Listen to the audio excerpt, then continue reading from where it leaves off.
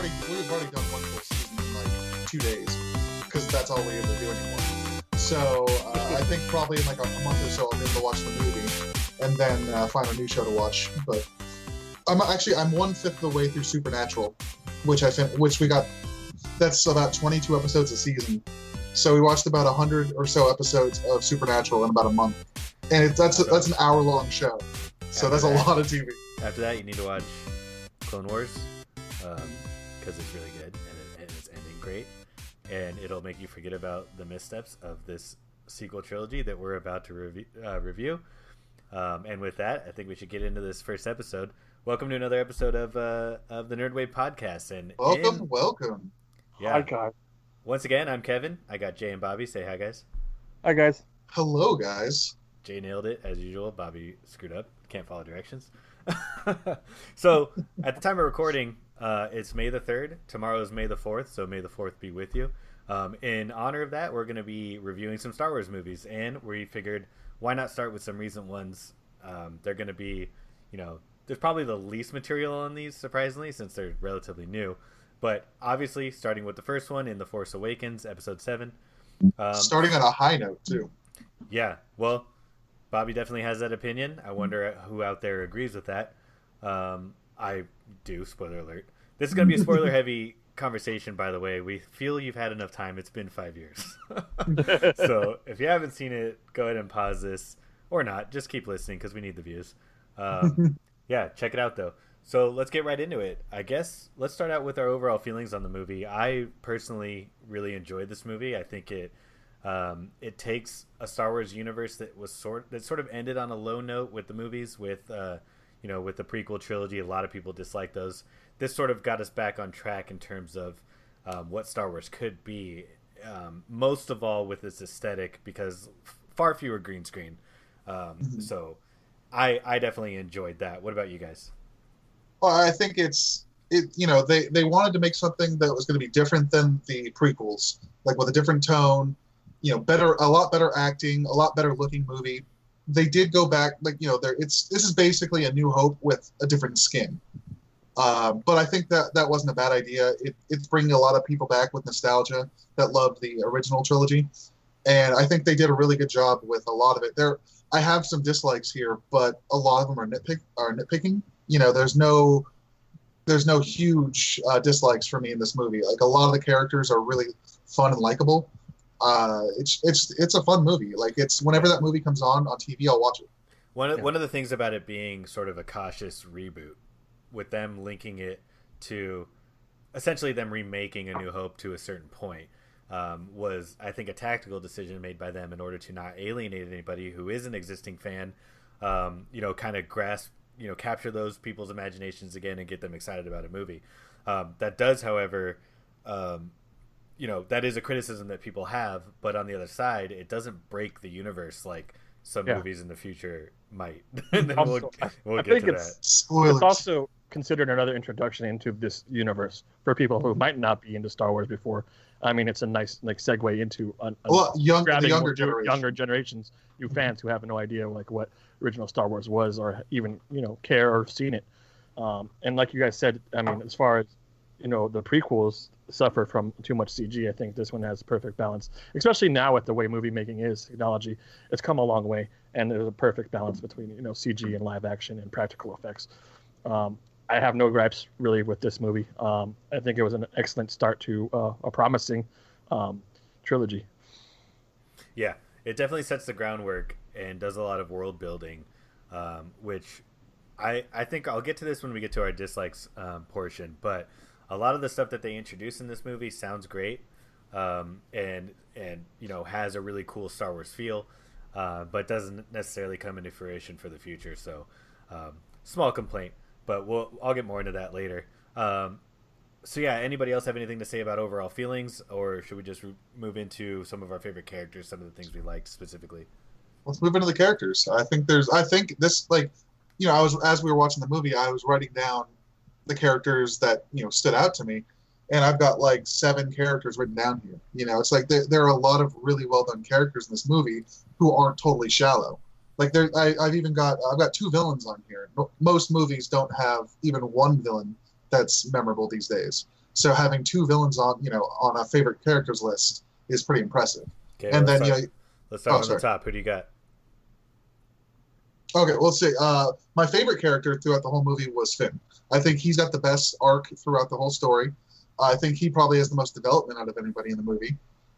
He starts out as a stormtrooper on clearly was his first mission, and he didn't know what to do when he sees all of his other stormtrooper friends even firing on innocent civilians. And not only that, getting killed. Yeah. Oh yeah, and like I think they go through it in one of the comics after this movie came out. But the guy who dies and then does like the red handprint on his face, that was a guy he went through training with, and it was actually a friend of his. So it's like he sees all this, and he just can't do what they want him to do, and he knows it's wrong. So he's got a really smart motivation. He's trying to get away. He doesn't want to stop like the First Order. He just wants to get away. He just wants to go somewhere safe and start a new life together, or start a new life with just by himself at first. With you, Bobby. Together is with Rey eventually. Clearly, I do agree that he has a great arc, but he doesn't have the best arc of the movie. That obviously goes to Luke Skywalker. The range of emotions that you get to see. The roller coaster. Tearful eye. But yeah, why are you? Yeah, exactly. I do agree though that Finn does have the most wide range of emotions or character growth, because with Rey, who's the main character of the movie, no doubt, she doesn't have that kind of character growth in it. She's very much the same person throughout the whole thing.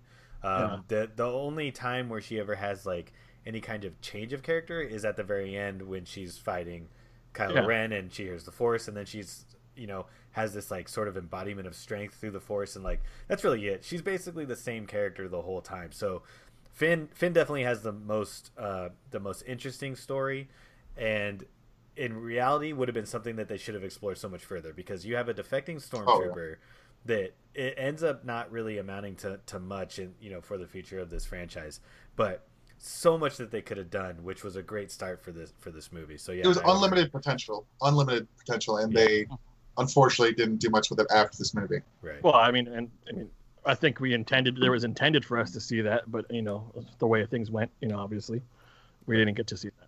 Yeah, maybe, but we'll talk about that more in the next movies. But Jay, what about you? What kind of which characters were your favorite? Characters. I mean, I don't know if I have a favorite character, but I mean, there's some that stand out more than others. I think when this first movie came out, I was so excited to see, Kylo Ren and see what he was about. And I think that he's the one that sticks out most for me in this movie. He kind of starts off as a whiny little baby, and you want to see like, well, how did he become this guy? Why is this guy so powerful? Why does he have so much influence on this? And who is he going to be, and where is he going to be at? And I just think that he could have been way more dynamic through the rest of the trilogy. I guess we'll talk about that later. But it just seems like he just stood out for me, and I think it was Adam Driver's performance. I think he's a great actor. Well, he's actually. Oh, sorry.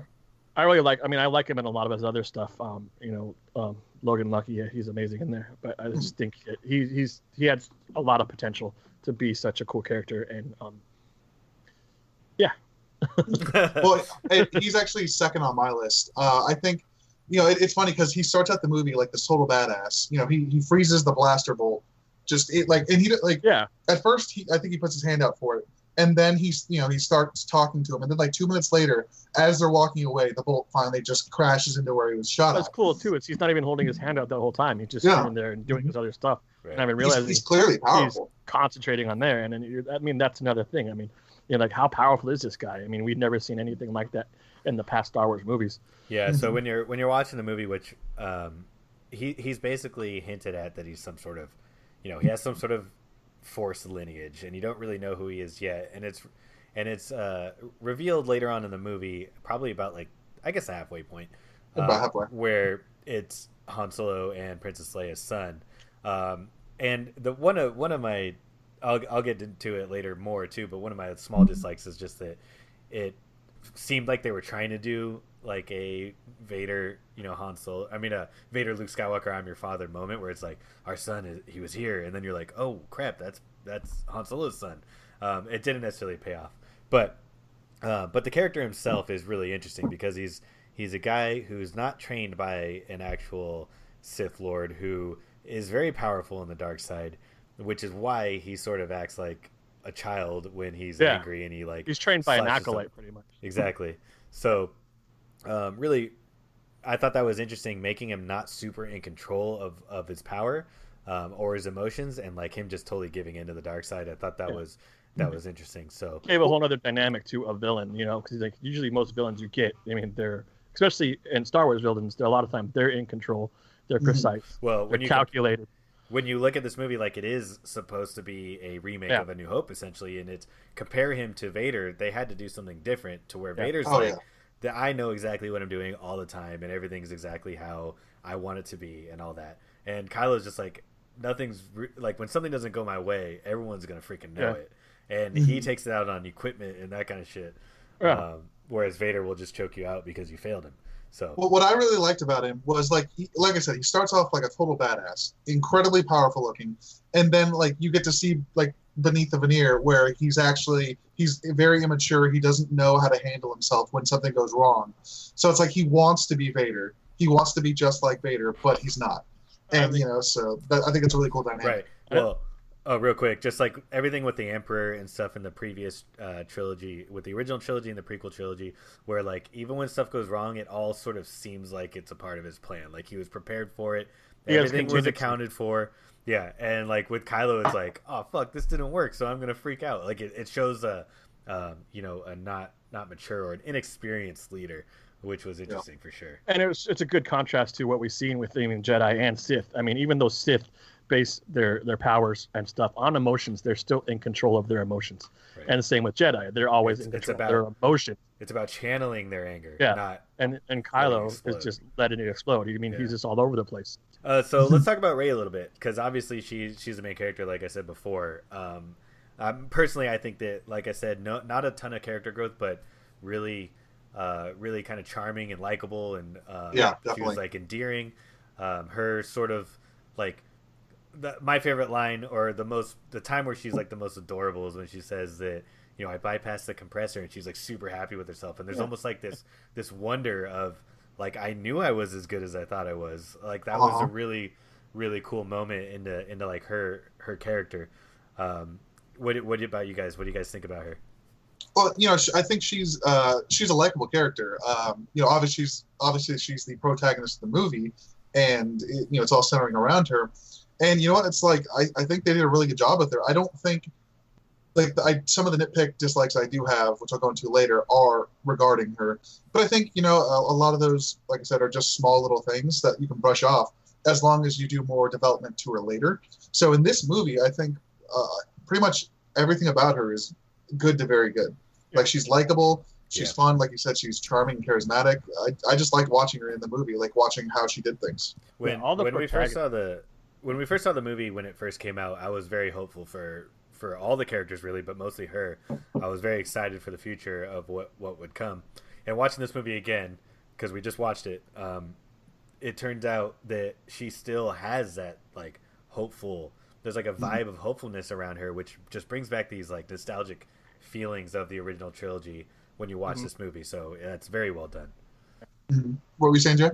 I was saying, like, all these characters, I mean, what I've noticed in this movie is all the characters are likable. Not, like I said, they all stand out. It's hard for me to pick a favorite besides, the villain, just based on performance. But they all have great personalities. I mean, I think, and then when we get later on to the other trilogy, I mean, it's something that's lost, I think, throughout the rest of these movies. Yeah, there's that's not a lot of character going forward. It's just they're just reading lines almost, and it's just like they're there. Yeah. What'd you think about Hux? I mean, he I wouldn't say he's like one of my very favorite characters, but as far as a villain goes, like he's not likable, but he's a very good villain. He came off strong. He came off as an equal to Kylo Ren.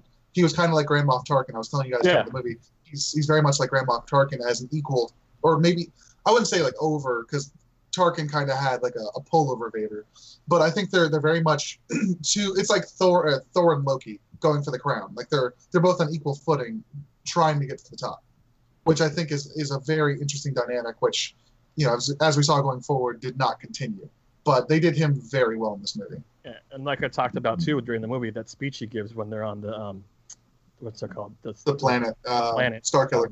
Star Killer base. I mean, it's very, it's very like military-esque, and he just delivers it well, and it's really menacing, but at the same time rallying for obviously their side, and it's kind of, you're like, oh wow, this is going to get dark real fast. Things are about to change. Yeah. And it was just, I think it was a really good turning point, I guess, in the movie to like they're going to up it, they're going to up the game up a notch, and things are going to be different from now on. Right. And his speech basically shows how invested that Hux is into the First Order and how much power he actually has. When you see him standing up on that platform and all the stormtroopers are lined up in formation and stuff, it's like yeah, very Nazi-esque. Yeah, well, exactly. Nazi-esque, That's what or it's even intended. Stalin-esque. But it's just very like, oh, okay, this guy has some power, and like he's very imposing the whole time, and like you said, Bobby, he is very much a rival to Kylo, whereas Tarkin and Vader were friends because they had a lot of experience in the Clone Wars. So they were very much like they've been through some stuff. So there was like a mutual appreciation for each other. Whereas in this movie, they don't necessarily like each other really at all. So yeah, true. That was actually an interesting twist on a reboot. No trust between the two, like unlike Darth and Moffkin. Tarkin. Moffkin. Well, abbreviation. Well, Moffkin was like, "Hey, stop choking that guy," and Vader listened. Like, why would he have listened? Because there was a mutual respect. Whereas if that were to happen in this movie, Kylo would have been like, "Shut up, Hux." Yeah. He would have been like, I think he would have been like, "I'm gonna tell Snoke." Then see what happens. I'm gonna tell on you. Well, there was scenes like that too, where they ran. They're like, "I'm gonna go run and tell Snoke," and they're like beating each other to the throne room. Exactly. Trying to trip the next one. I'm telling. Yep. Well, it's funny to me because there's a lot of good characters. Like it's always good to see Chewie. Chewie's kind of like he's always good for a laugh. Like he had some pretty funny scenes. Nothing like too crazy, but I like when he's getting treated and she's like, "Oh, you must have been very brave." Yeah. He's just nodding. Yeah, that was cool. But it's like, Han Solo's in this movie, and Han Solo is like, I didn't like him in Return of the Jedi, so I thought this was a really good return to form for him. He seems like he actually tried in this movie.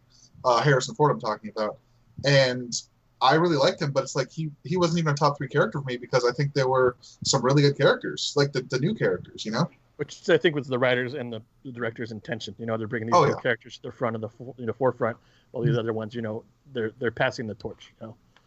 Yeah, I got a lot of thoughts on that for once we finish this whole trilogy on how they should have approached it. But yeah, that was obviously their intention, was to pass the torch.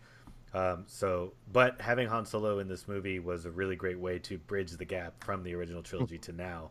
And he is very much, I mentioned it when we were watching the movie, that he seems like essentially Han Solo now in this movie is Harrison Ford. It's a curmudgeon old guy, but it's a logical conclusion to Han Solo as a character. Like, you can imagine Han Solo from the original trilogy growing up to be this, like this. He's hard and he's gone through a lot of stuff. Yeah, and a little bit jaded, whatever. Yeah. Like, this is life. It's not the greatest, but you do what you can to get through it. And that was really cool. So he was a great character.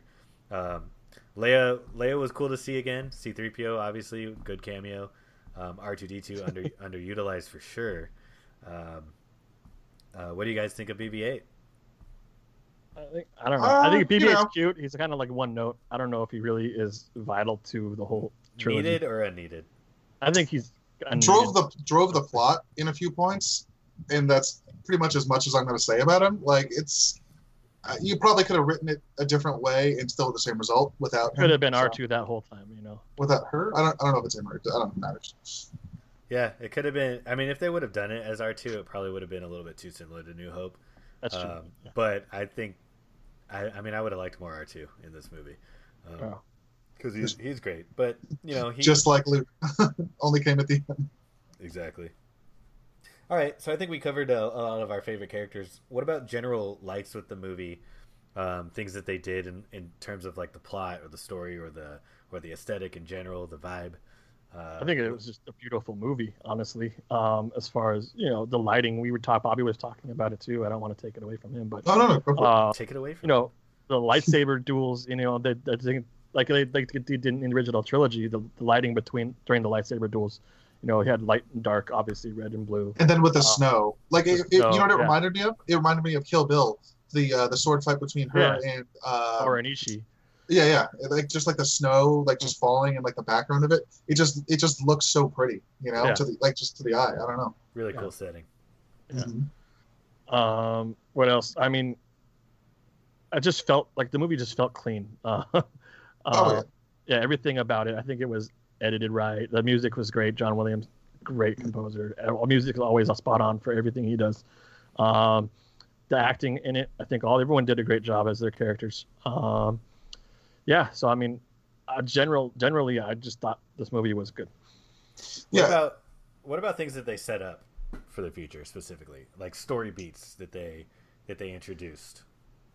I don't know. I mean, can we talk about those without getting into the next movie?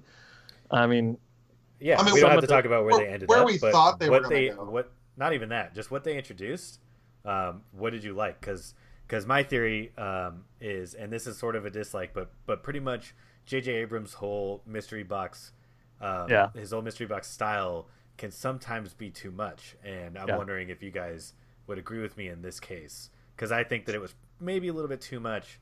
Was there stuff that they introduced that you did like? It is funny because I have a note written down here. It's a good setup into the next movie. ...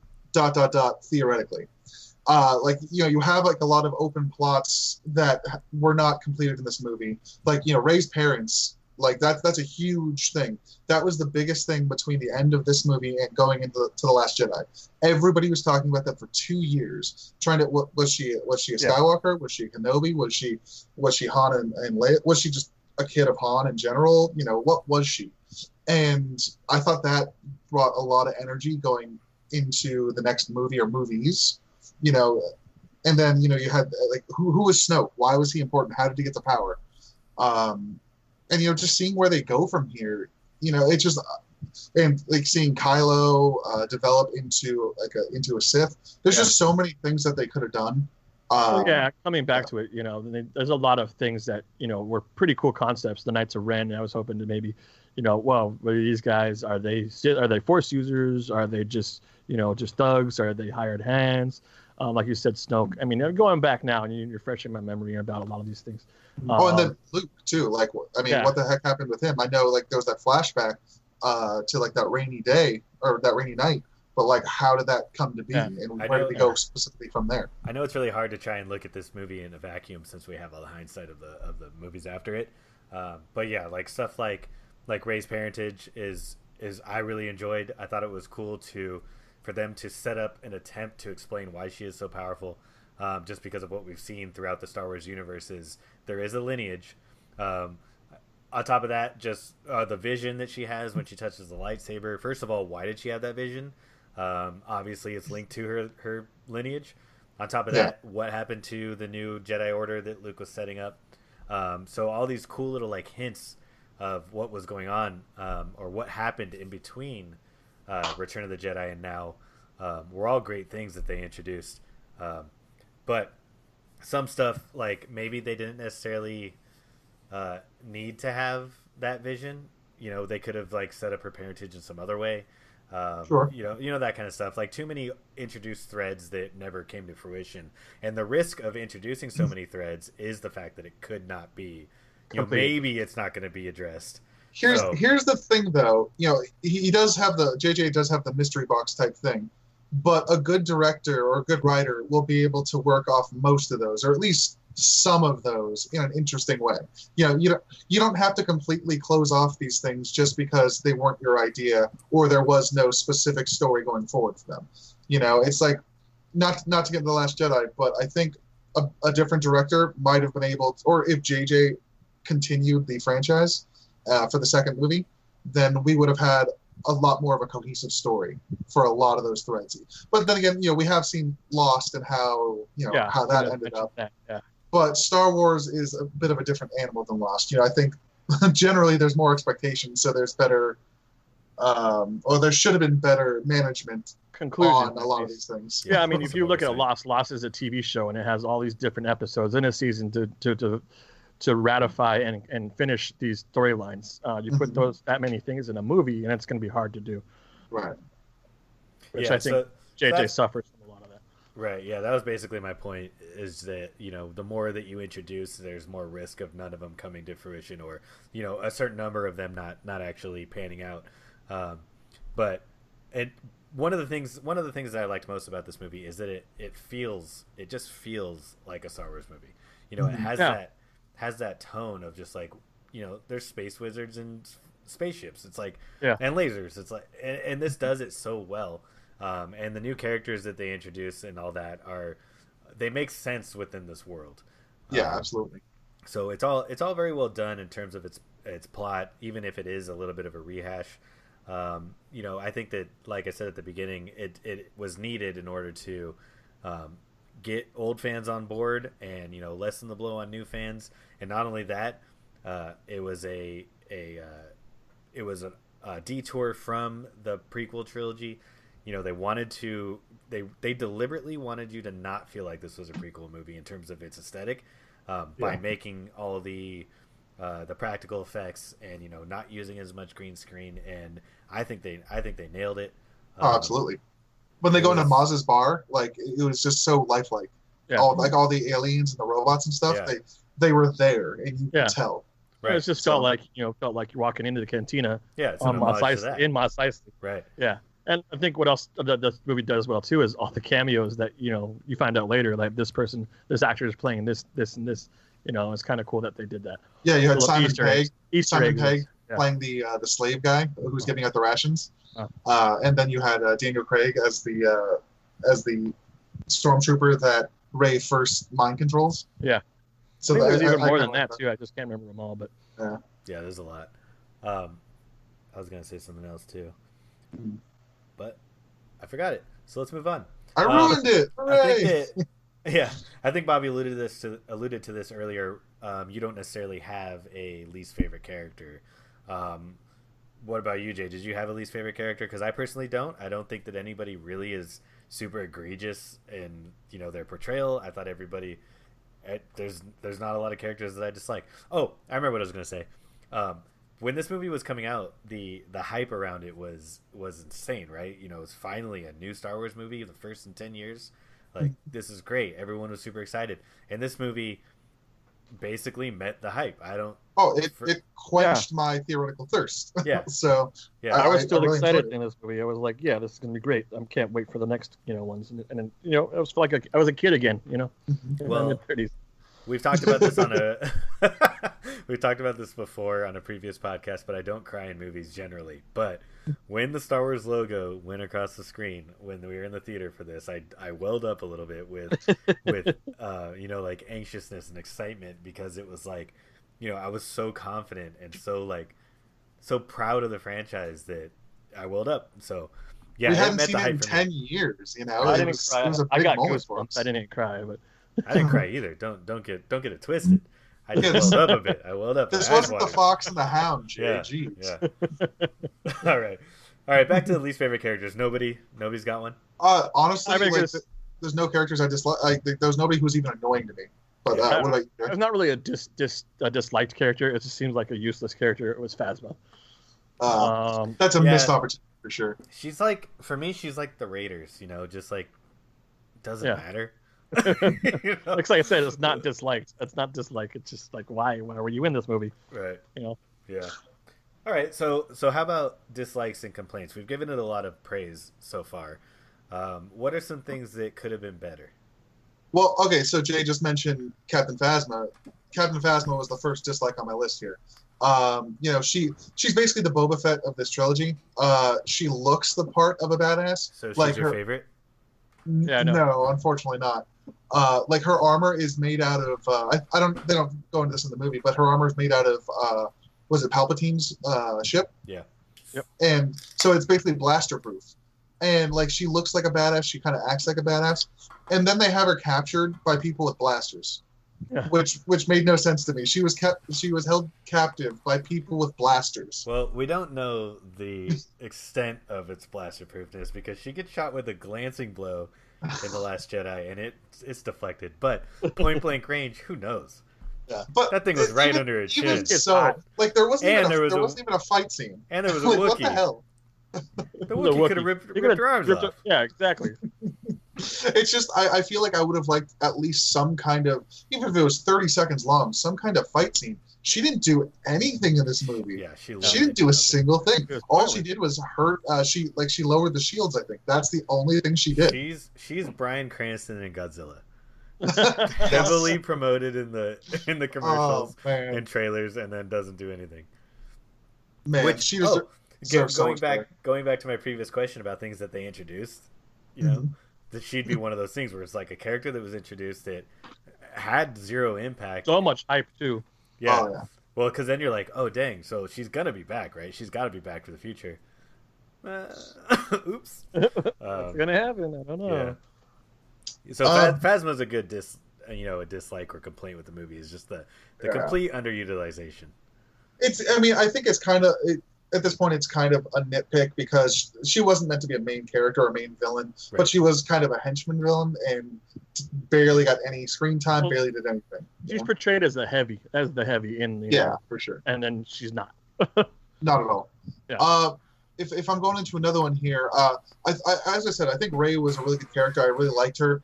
But one thing that does bug me about her in this movie is she's so selfless at every single turn for no real reason. Like looking back to A New Hope, Luke wanted to leave. Like he wanted to leave and go out and join the Empire, which he didn't know they were evil at the time, but he wanted to be a pilot. He wanted to leave his aunt and uncle who needed him to help with the harvest and all that. And so it's like he was selfish. He wanted to do selfish things, not everything, but it took him a while to do selfless things that didn't benefit him. Rey just kind of like she saves BB-8 out of the goodness of her heart. She goes and she attacks Finn just because BB-8 says something about Finn, like that's Poe's jacket. Yeah. It's just like everything she does is out of the goodness of her heart, but no selfish intent. I think I'm gonna dumb it down a little bit more from selfishness versus that. I think that Luke was more human than Rey is. Rey doesn't really display a lot of regular, like real human behavior. She obviously has emotions because she misses her family and that's like her main driver, but she doesn't necessarily behave like she's had a rough upbringing or anything like that. So it seems it's not relatable. She's not relatable at all. It's just like I'm sorry, Jay, you go. Well, I mean, also we go back to her upbringing. I mean, obviously at a very young age, she was abandoned on this planet. She's basically an orphan. You know, it seems kind of out of character for maybe, I don't want to like assume that all orphans are going to be this way, but you're dropped in a harsh environment. You're there to survive. You're pretty much the only child there. You're dealing with some, what Simon Pegg's character. I have no idea what his name is. Yeah. And obviously her childhood was harsh, and then you think maybe that's completely out of character for her to be almost completely selfless. She'd probably want to do things. She wouldn't be trusting of people. She'd probably, be out just to survive, do everything she can to survive. Well, think about it this way. So I just recently watched Aladdin. There's a scene where, he steals the loaf of bread and then he gets chased by all the palace guards and everything. But then as he goes to eat it, he sees a couple of other younger orphans and he gives them his bread. So it's like there's a scene that shows he's maybe he understands what it's like to be in that situation. So that's why he's doing it. You don't see anybody like I can see that being her motivation too. I mean, obviously she doesn't want I've lived this way, but still. Sure, but there was no other slave children or anything like that. So she didn't grow up with anybody as far as we saw. It's like that we haven't seen any reason for her to be that way, I guess. Right. Well, I think what they were intending to do, which in the future we find out isn't the case, but they were trying to show that she has an inherent predilection to the light side of the Force, and essentially, basically, that she's good. She's just good because she is a good guy, and she's related to a good guy. She has a lineage from the light side of the Force, essentially, right? So I think that's what they were going for, but there eventually was never a payoff to that. So that's probably why they did it. but like I said, it comes off as not human. It comes off as not natural. With Luke Skywalker, we see that he is, a little bit impulsive. He wants to go to the He's Taj whiny. station and buy power converters. Well, he's also like, a teenager.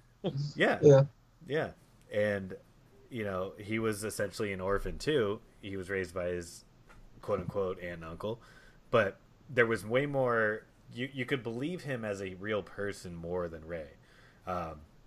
Like I said when we were talking about favorite characters, Rey is a really good character, and she's endearing, and so. But how'd she get that? Yeah. There's just there's stuff missing with her character. I think it's basically like she's not fully fleshed out. And as an introduction to the character, it's fine because we can build on that for the future and in the subsequent theoretically movies. Yes. Yeah, so it's like when I first saw this movie, I was perfectly fine with the way everybody was portrayed because there was that assumption that things were going to be expanded on. But yeah, we'll get into that in the next episode. Yes, we will. What were some other dislikes for you, Kevin? Like I was saying earlier, just a lot of the story beats that they added in. The threads that weren't closed off in its own movie were risky. They were stuff that may have never gotten completed, and like I said, in hindsight, we know that they weren't. Like her lineage, the fact that she touched the lightsaber and saw this vision and then ended up not even having any kind of relation. But I'm trying to look at this more in a vacuum, which is really hard knowing what we know. Yeah. But yeah, there's not many dislikes besides that. Maybe the fact that Starkiller Base was basically another Death Star. I'm not sure. But it can destroy a whole system, so it's different. I guess it's bigger. Sucks up suns. Yeah, I like the origin of Starkiller Base, which isn't explained in this movie, so that's a little bit cheating too. But having another Death Star was a little bit lazy. Yeah, definitely. But other than that, actually, I think a point of contention for this movie is the lightsaber battle at the end.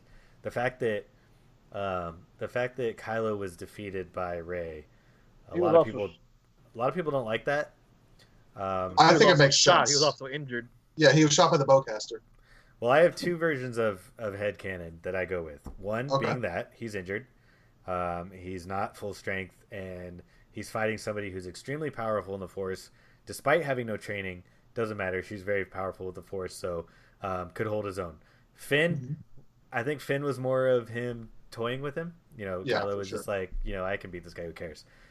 My second headcanon is that, and this is just based on what we see visually, I don't think Kylo Ren is a very good lightsaber duelist. I don't think he's been trained. He's for sure hasn't been trained by a lightsaber dueler at all. Snoke does not know how to use a lightsaber. Doesn't even have one. So I think that he's just kind of out there. He's a brawler.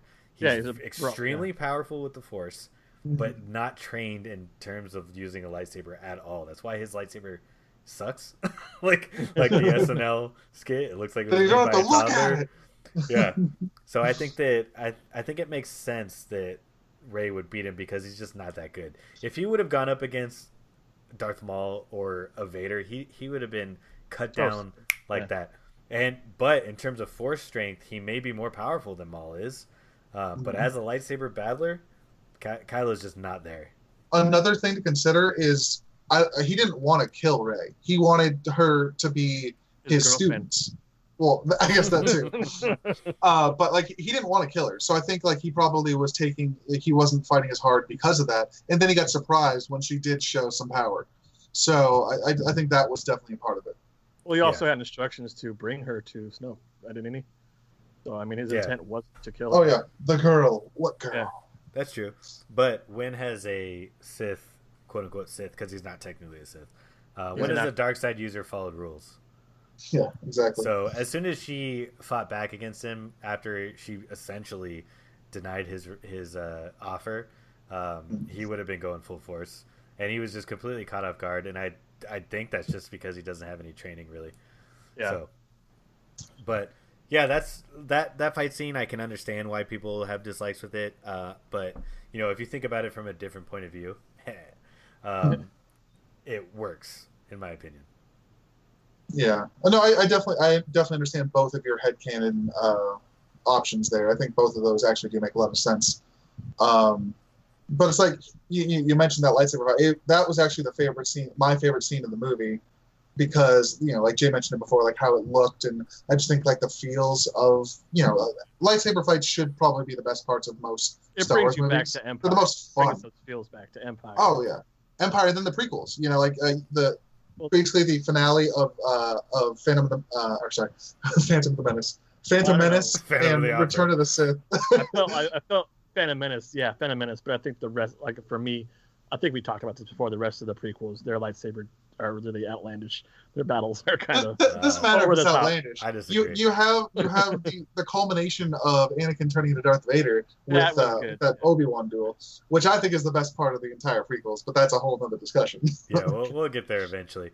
But I don't think that this fight scene gets anywhere near Empire. No, it doesn't. It's just fun. Like it's an interesting watch. Like it's different. At one point. It's funny because somewhere like a hint back to obviously Empire. It doesn't compete or compare to, but I mean it's a harkening back. Like, hey, but what does? Because it is the greatest lightsaber battle we've ever seen. Yeah. And the newest one. Oh, you agree? Ooh, I'll remember that. I'll remember that. But as far as some other stuff, like I mentioned, as far as like the dislikes, there's a lot of small stuff. Like when the 5 planets are destroyed by Starkiller Base, there's no stakes in that. I don't even think we're told what planets they are. They just explode. We see some people for like 5 seconds. We've never seen the people before. Apparently there's supposed to be a deleted scene where like Leia talks to like the front woman about getting a message to somebody, but that was never in the movie. Like there's just no stakes. Like at least when Alderaan was destroyed, like Leia had a personal connection to Alderaan, and you could see how it devastated her. In this movie, there's nothing. Yeah. So like that was kind of annoying. Like as far as like who cares? You just destroy a few other planets, whatever. It doesn't matter. I mean, the stakes are basically that first of all it's 5 planets. So how many people were killed? So on top of that, the Republic fleet was destroyed as well. So there's an added bit of dread, put into that situation. But I will say that's not explained very well. And the personal connection that Leia has to Alderaan is much, much better done than this. So I do agree with you there. Yeah. I think I mentioned it in the movie too, as they're talking about, who's supporting the resistance, and then they say, well, you have to destroy the government supporting the resistance, and they destroy those planets because that's where the new Republic, I guess. Republic is, yeah. and it's hinted at to what that system is, and those planets are in the Aftermath series. And I think Mon Mothma is still it's the Haas still alive. System. And Mon Mothma is still a part of that, and Mon Mothma and Mothra, Mon Mothma, and Leia are very close friends, and so I think. But that's not hinted. You have to actually read canon novels. Yeah, which is the problem. It's like I'm a big Star Wars fan, but I didn't read any of that stuff. So it's like the regular person, like the average fan, isn't going to know that stuff either. So it's like if you don't put it in the movie, we're not going to know. So to expand on what you were saying, Jay, about them saying that the Resistance is supporting, or the Republic supporting the Resistance, and you were like, what? But why is it a Resistance then and not an army or whatever? I think what was intended behind that is the fact that there were Resistance supporters within the Republic, but maybe the whole Republic isn't pushing for it. I don't know what Leia's capacity was in the Republic. I would have to look that up, but it's mentioned in the Bloodlines novel. But she's more along the lines of an ambassador, almost. Yeah, that's kind of what I was thinking. She goes against orders in the Aftermath, and then she gets kind of a demotion. She's a loud voice in support of the Resistance. Yeah. So maybe what they're saying when they're like, oh, we have to destroy the Republic because of their support of the Resistance, could be just that there's people that are loud, loud voices. But yeah, just a small aside. I think anybody have any other dislikes? Because I think we've pretty much covered it. You want to get into our final ratings of this movie? I'd like to go last on this one just to see what you guys go with first. All right, after you, Jay. What's your rating? All right, my rating is I'm going to give it a solid B+. I'm going to go probably about 87%, not really solid B plus, but a B plus. It's a very solid. Nonetheless, this movie is enjoyable, and for going so long without seeing a Star Wars movie, this first look at another Star Wars saga, or a continuation of the Star Wars saga, was, I think, almost hit the nail right on the head. It was, like you said, the hype behind it was well deserved, and I was still, out of the new trilogy, this is my favorite, and I like it. I don't have that many gripes about it. Like I said, the characters were all great. Their personalities, which I wish we get to see later on in the saga, are all very upbeat, and everyone's likable. Like I said, there's not one favorite character for me, but all of them really stand out. And as far as leading into some of their storylines and their plots, they're kind of convoluted and unfinished, which is why it's not getting a solid, not getting an A. Okay, I think that this movie set out to do a job, and it did exactly what it set out to do, which was refresh the Star Wars franchise. It had the feel and the ambiance of what a Star Wars movie is. It had the visual aesthetic as well. I give this movie an 8.5 lightsabers out of 10. This movie is one of those movies that I'll watch just to just to get back into the Star Wars mindset, where if I'm not watching Empire, which is my favorite and I think is the best movie, this is one of those movies that sort of connects me with that original trilogy again, because of the way that they're depicting the characters and the universe again. It's such a departure from the prequel trilogy. It just feels, which is such an arbitrary way of saying it, it just feels like a Star Wars movie. So I give it high praise. It's hard for me to give it anything higher, just because the original trilogy for me is just so much better, which is weird because I highly recommend this movie. But yeah, I gotta settle at an 8.5. Well, going for me, this is the last movie that I've seen, so I'm going a perfect 10 out of 10. Thankfully, this is the last movie I've seen, because before that, it was Bad Boys 3, and that was the most perfect movie before I saw this one. Bad Boys 3 was a 10? What's it now? Now it's probably like an 8.5. It's actually pretty good. Oh, wow. Speaking of 8.5, I give this movie an 850 out of 1,000. You copy me? No, I wrote down 8.5. I think it's a very good movie. I think it, like I said, whenever I see it on like TBS or just wherever, I'll watch it. I think it, no matter where you are in the movie, you're going to be having fun watching it. There, almost every character is enjoyable. There's no characters that bring this movie down for me. Very few dislikes. They're all nitpicks for the most part. It's the only thing is I don't think any of it's great. I think because a lot of it is rehashed from A New Hope. That's why I'm probably not going any higher than an 8.5. But it really made me excited for the future of Star Wars, which really makes me upset with the next review that we're going to be doing. Yeah. I don't want to spoil it for you, but there's a reason this movie is so divisive, and I'm going to go into it trying to be as fair as possible. And I know I've got some Last Jedi fans that are going to be listening to this podcast, but I'll do my absolute best. But I'm trying to see it with fresh eyes. I just know some of the problems that we're going to have. Well, spoiler alert, I'm going to rip it a new one. Yeah, I'm not holding back anything. So basically, to sum up the Force Awakens Episode 7 of Star Wars, we all recommend it, right? We all gave it a pretty high very score. much so. What'd you I would give watch it it today? average. 8 point what? 8.7. So now we have an 8.6 average of 8.6. Yeah. That's a great score. So highly recommended. If you haven't seen it already, first of all, what are you waiting for? Second of all, go watch it if you haven't already. Stop there. Yeah, exactly. This is the finale of the series. There's only 7 movies. Yeah, just think of this as the end. Luke has a heart attack right at the end of the movie, so it's over. It's gonna be a bit of a cliffhanger, but it's worth it. just deal with the cliffhanger. Just imagine that Disney went bankrupt right after that movie. Yeah, exactly. All right, yeah, so that's pretty high praise for this movie. Just to sum it up, we got great new characters, Star Wars feel, great visuals. Looks beautiful, yeah. Yeah, so yeah, check it out for sure. Goosebumps included, and little tears. Yeah, and just a single tear. Just the next one will be Tears of Anger. So keep an eye out for that, because we're going to be doing this for the next few weeks in honor of Star Wars month, May the 4th. May the 4th be with you. Yeah, May the 4th be with you. And Revenge of the 5th. Watch your back. Yeah, Revenge of the 5th is on Tuesday, which is a notoriously shitty day. Why? Well, also Cinco de Mayo, so Oh, that's right. we can't drink. We can't do anything. It's the worst Cinco de Mayo ever. Worst, bad.